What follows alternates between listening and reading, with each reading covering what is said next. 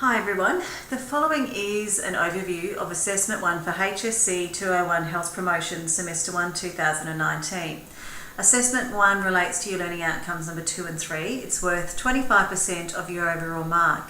I've set the word counts between 500 to 700 words, and keep in mind that that's because there's two parts to this post. So the first part of the discussion board was saying around 500 words. The second part, where you respond to a fellow students, is around 200 words. It's due in on Monday of week 4, so you'll need to check your calendars to find out when that is.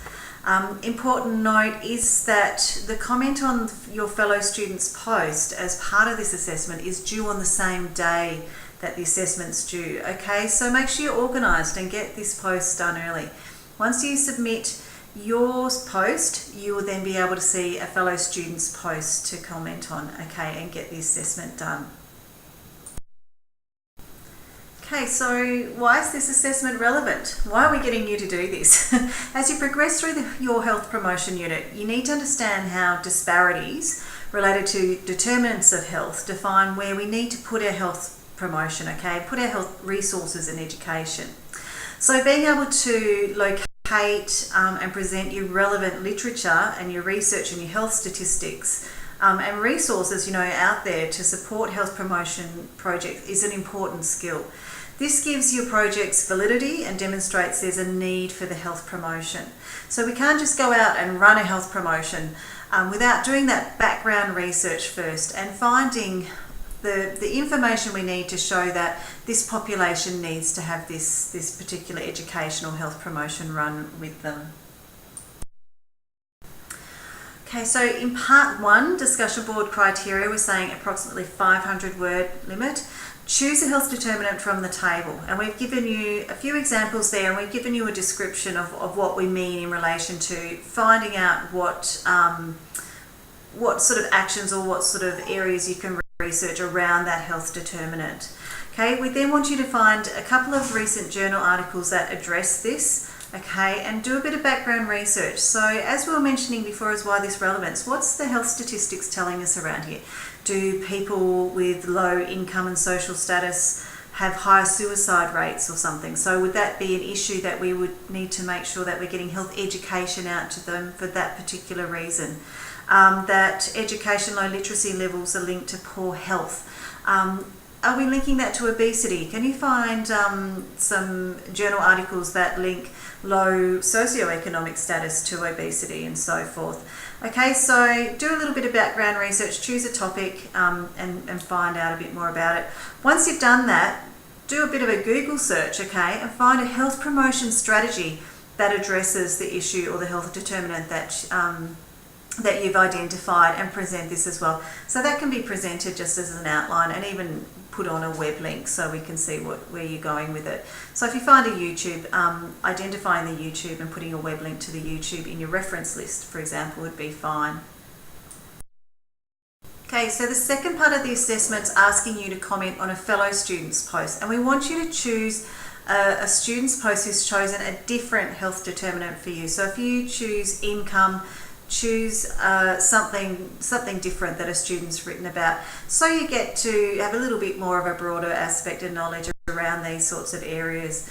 Okay, and we've asked you just compare the difference between them. So you might find that there's a lot more statistics show that there's more suicides related in your area than to, say, a different one.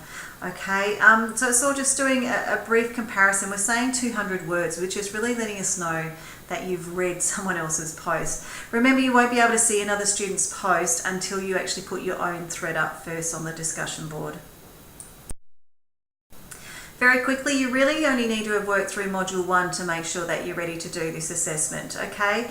And you can find quite a lot of information for the criteria in your learning materials, as well as in your set text, the Australian Institute of Health and Welfare's Australia's Health 2018. Don't forget you've got the Bachelor of Health Science Library Guide as well. Okay, so you should have no problem trying to find some information to support the area you've chosen. Okay, so using standard academic writing, which means structured paragraphs, okay, so no point forms or tables.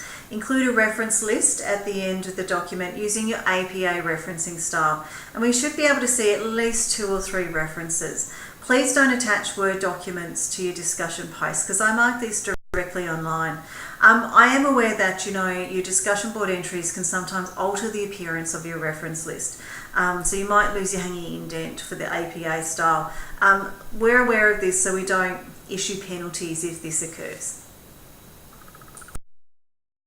With your submission, make sure you submit and you enter into the Assessment 1 discussion board place, okay? Don't enter it on any other discussion boards because it won't get marked otherwise. If you're having problems finding any of that, just let me know, okay? But it is in the assessment tab, so you can go directly through to post from there. As I've said before, once you've posted your thread, you'll be able to see your other students' posts, and just post directly just respond directly to another student's post, okay? Don't worry, the discussion board and grade centre sorts it all out, so when I go to mark, I see yours come one after the other. Just be aware as well that the discussion board will close after the due date, okay? So once it's closed, I'm not going to be accepting any further submissions or comments after the due date and time. Right, so the rubric's pretty clearly outlined for you here, and you can obtain a copy from this in the assessment criteria too. Always aim high, go for the accomplished table, and there's no reason why you can't get full marks for this assessment. First of all, we're looking at the criteria that you present a relevant research and statistics to support the need for health promotion for your identified health determinant. Okay, so that shows us that you've had a look through the articles and Australia's Health 2018, for example, and found some health statistics to support that there's problems or issues around a particular area of your health determinant. The second part of the criteria I'm asking is 5 marks can be allocated to you being able to identify an Australian health promotion or strategy that's been developed to address your topic, okay? And the third part of the criteria there is that you show us that you have done the research and utilised the literature effectively. So not just proper referencing, but that the sources you are using are relevant and valid to what it is you're presenting. The last part of the rubric addresses your actual referencing skills, okay, and your written expression. They're clumped in together, and of course there's 5 marks that are allocated that you have responded to another student's post, okay. Okay, any questions? If you're not sure how to get started, then contact your unit coordinator. You can do this in 2 ways. The preferred way is to post your questions on the discussion board that you'll find in the unit addressed to the unit coordinator. You can guess that if you've got a question about what we've covered so far, so will other students. And so it's a great area where we can just post those questions up and you can all see what my responses are. And it saves me having to respond to maybe the same question 2 or 3 times.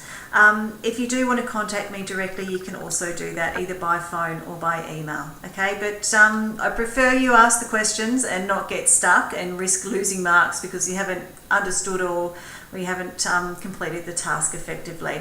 All right, so I'm going to leave you now to get started on assessment 1.